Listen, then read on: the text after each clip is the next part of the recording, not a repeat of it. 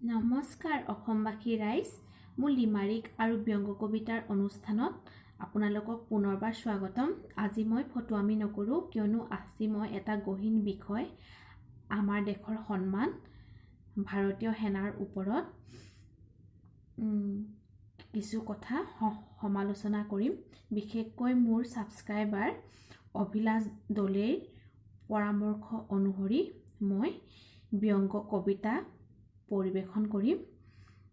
আমাৰ সকলোৰে জ্ঞাত যে আমাৰ আৰক্ষীসকলে দেশৰ স্বাৰ্থত নিজৰ সদায় বলিদান দি আহিছে, কিন্তু আমি সকলোৱে তেওঁলোকৰ ঘৰখনৰ অৱস্থা বুজ ল'বলৈ চাইছোনে?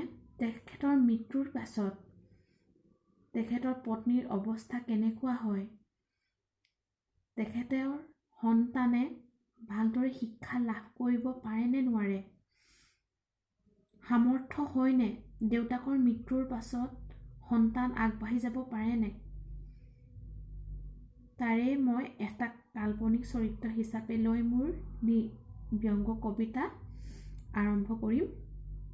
এজন পিতৃ আৰক্ষী জোৱান, এজন পিতৃয়ে তেওঁৰ সন্তানৰ প্ৰতি থকা মৰম আৰু তেওঁৰ পত্নীৰ স্নেহত অতি দুখ মনেৰে কথাবোৰ কৈছে,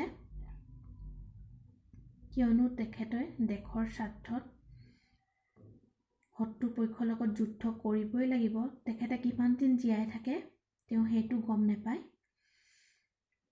হ'ব, মই এতিয়া আৰম্ভ কৰি দিওঁ।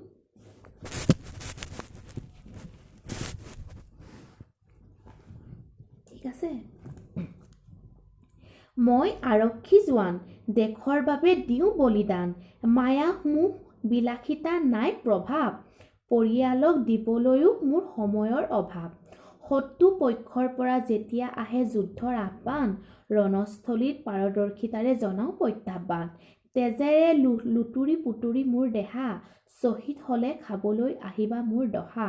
কিমান যে আৰ্তনাদ, কিমান জীয়াই থকাৰ আশা, পৰিয়ালবৰ্গ হেৰুৱাৰ ভয়ত প্ৰতিটো মুহূৰ্তই মোৰ বাবে নিৰাশা। নাজানো কোন তলকত কৰিব আক্ৰমণ, কেতিয়া চলিব শত্ৰুপক্ষৰ লগত ভীষণ ৰণ। আমাৰ ত্যাগক নকৰিবা কেতিয়াও নুই, আমাৰ বাবে সমাজখনে শান্তিৰে আছে শুই।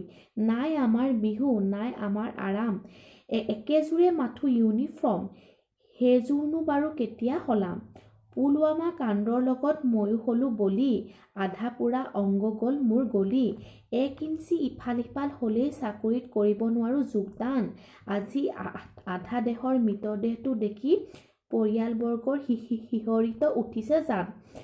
পত্নীক বিয়া কৰাই অনা হৈছিল কিমান দিন, মোক হেৰুৱাই সন্তানেই হ'ব আমাৰ প্ৰেমৰ চিন। মাহ হালধিৰে গোন্ধ নাযায়, সকলোবোৰ হেৰুৱাই পত্নী আজি মোৰ অসহায়। দেশৰ স্বাৰ্থৰ বাবে কৰিব লাগে কাজ, মাত্ৰ পত্নীয়েহে পৰিধান কৰে বিধৱা সাজ। জ্বলালে কি হ'ব মোৰ নামত চাকি বন্তি, পত্নীৰ বিননি দেখি মোৰ আত্মাই নাপায় শান্তি। মোৰ বাবেই সুৰক্ষিত দেশ, অসহ্য যন্ত্ৰণা লৈ হাঁহিতষাৰ ধৰোঁ বেশ।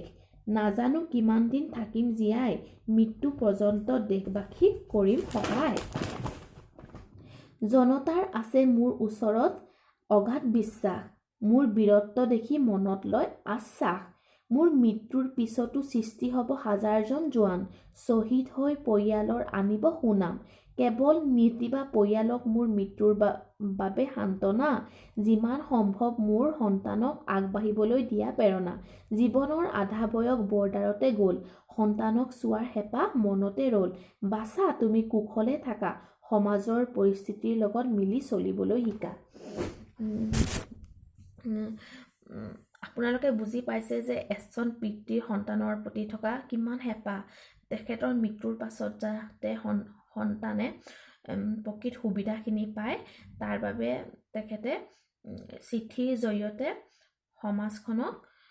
সমাজখনলৈ এটা বাৰ্তা পঠিয়াইছে, যাতে তেখেতৰ মৃত্যুৰ পাছত তেখেতৰ পত্নীক সন্তানক যাতে মৰ্যাদা দিয়ে। আগবঢ়াই নিবলৈ চেষ্টা কৰে। অকল সান্তনা দিলেই নহ'ব, সান্তনা সকলোৱে দিয়ে, আৰ্থিকভাৱেই হওক মানসিকভাৱেই হওক আমি সহায় কৰিব লাগিব। আমাৰ এইটো দায়বদ্ধতা আছে। আৰু আমাৰ চৰকাৰখনেও এইবাৰ তেনেকুৱা পন্থা হাতত লৈছে, পৰিয়ালক উচ্চ শিক্ষাৰে শিক্ষিত কৰি তুলিব তেওঁলোকৰ সন্তানক। আৰু মই বিশেষ নকওঁ, কাৰণ যেতিয়া ভাৰতীয় সেনাৰ ওপৰত কিবা লিমাৰিক গাবলগীয়া হয়, তেতিয়া হয়তো মই ফটুৱামি নকৰোঁ, কাৰণ আজি তেওঁলোক আছেই বাবে আমি শান্তিৰে শুব পাৰিছোঁ, খাব পাৰিছোঁ, ওলাই যাব পাৰিছোঁ। হ'ব, মানুহে হয়তো মোৰ আজি এই কবিতাটো শুনি ভাল নাপাব পাৰে, কাৰণ কিছুমান মানুহে ফটুৱামিবোৰ বেছি ভাল পায়। কিন্তু মই মোৰ ছাপৰ্টাৰৰ কথা ৰাখিবই লাগিব, কাৰণ মোক এই বিষয়টোৰ ওপৰত গাবলৈ কৈছে আৰু মই গাবলৈ পাই বহুত সুখী। যদি কেনেবাকৈ মোৰ অনুষ্ঠানটো ভাল লাগিছে তেন্তে লাইক কৰিব, কমেণ্ট কৰিব, শ্বেয়াৰ কৰিব আৰু ছাবস্ক্ৰাইব কৰি দিব। যদি বেয়া লাগিছে তেনেদৰে ডিছলাইক মাৰি দিব। আৰু মই অলপ শুনা হয়, সেইকাৰণে মই মোৰ শব্দবোৰ ভালকৈ ফুটাব পৰা নাই, আৰু সকলোৱে মোক ক্ষমা কৰি দিয়ে যেন। আৰু বিশেষ নকওঁ, ধন্যবাদ।